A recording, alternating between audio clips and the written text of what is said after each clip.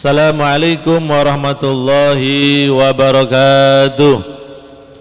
Alhamdulillahirabbil alamin, wassalatu wassalamu ala asrafil anbiya'i wal mursalin wa ala alihi wa sahbihi ajmain, amma ba'du. Qala mu'allim rahimahumullah wa nafa'na bihi wa bi'ulumi fi darani amin.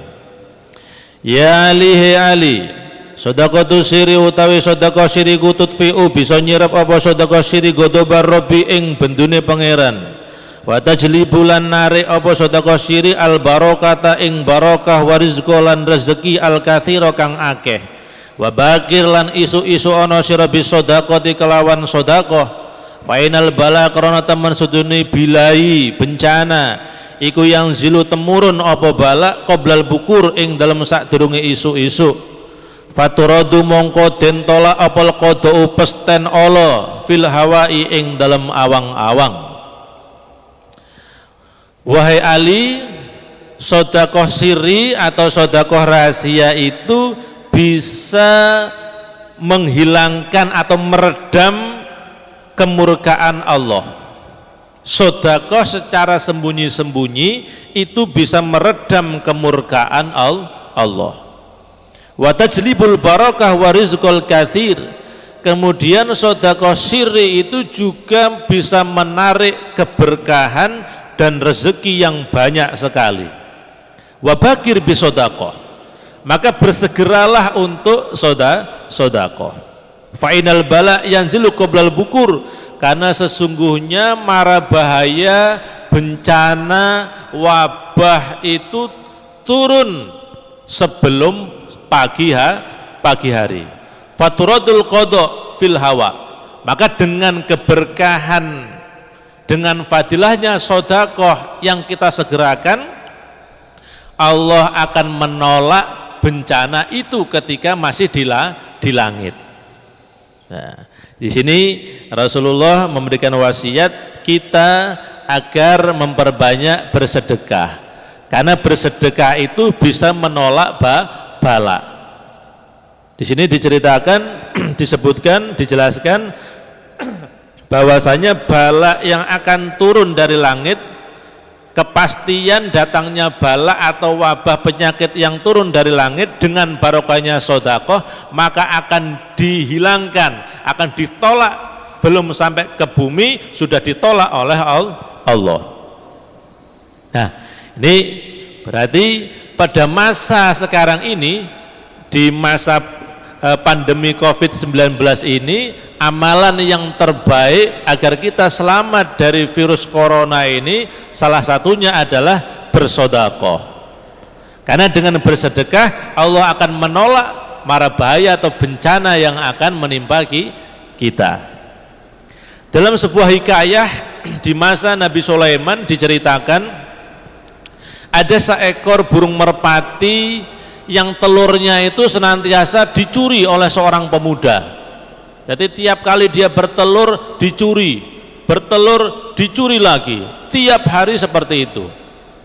Sehingga burung merpati ini lapor kepada Nabi Sulaiman, wahai rajaku, telurku senantiasa dicuri oleh seorang pemuda, saya minta perlindunganmu. Maka Nabi Sulaiman mengutus jin ifrit untuk menjadi pelindung atau security dari sarang burung merpati tadi. Diutuslah ifrit, maka ifrit menjaga sarang burung.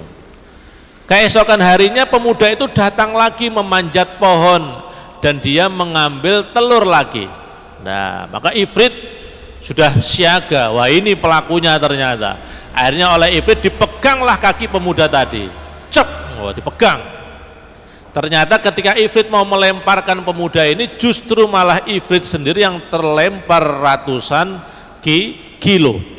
Kaget ifrit ini, saya yang megang kok malah saya yang terlempar. Nah, kemudian ditunggu pada hari yang berikutnya, datanglah hari berikutnya, naik lagi pemuda itu mau mencuri telur, dipegang lagi sama ifrit, ternyata terulang kembali, dia terlempar jauh ratusan kilo lagi. Sampai ifrit ini, kejadian itu berulang-ulang sampai dia putus asa. Sehingga dalam keputusasaannya Ifrit lapor kepada Nabi Sulaiman, wahai rajaku, dia menceritakan begini-begini ceritanya. Akhirnya singkat cerita, Nabi Sulaiman bermunajat kepada Allah. Akhirnya Allah memberikan petunjuk kepada Nabi Sulaiman. Wahai Sulaiman, pemuda itu dia punya tetangga seorang tua atau orang yang sudah tua renta, ada kakek-kakek ya. Dan pemuda itu punya kebiasaan, dia kalau sebelum keluar rumah, kalau mau jalan kemanapun, dia selalu membawa segenggam makanan yang akan diberikan, disuapkan kepada tetangganya tadi. Dikasih 2-3 suapan kepada kakek tadi, sehingga dengan barokah sedekah berupa 2-3 suapan tadi, aku mengutus malaikat untuk melindungi dirinya. Nah, jadi dengan barokah 1-2 suapan yang dia sedekahkan kepada orang tua tadi, Allah mengutus malaikat untuk menjadi pelindung pemuda tadi. Maka dari situlah Nabi Sulaiman sadar, oh ternyata pemuda ini punya pelindung yang berupa malaikat, pantas saja Ifrit tidak mampu untuk mencelakainya. Nah, maka di sini dari hikayah dari cerita ini menunjukkan betapa agungnya, betapa besarnya fadilah keutamaan orang bersedekah, sehingga orang yang bersedekah maka dia akan senantiasa mendapatkan perlindungan Allah. Nah, jadi cerita Nabi Sulaiman ini menceritakan tentang keutamaan bersedekah, bukan menceritakan keberhasilan seorang pencuri, bukan, tapi keutamaan sedekah. Sangat luar biasa sekali.